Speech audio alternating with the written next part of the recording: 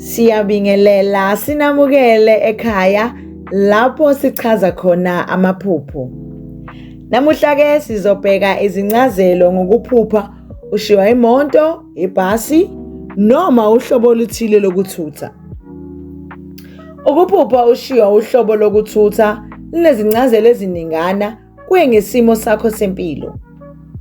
Leli phupho lingaveza ukuthi uzizwa ushiwe ngaphandle kwento ebalulekile empilweni yakho, mhlawumbe kube nethuba eledlule okungekho emandleni akho ukulithola.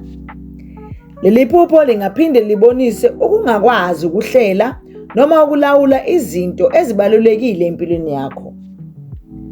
Ukuphupha leli phupho kungakhombisa ukuthi kunezinguquko ezinkulu ezizayo futhi kumele ulungele ukubhekana nazo ngaphandle kokwesaba.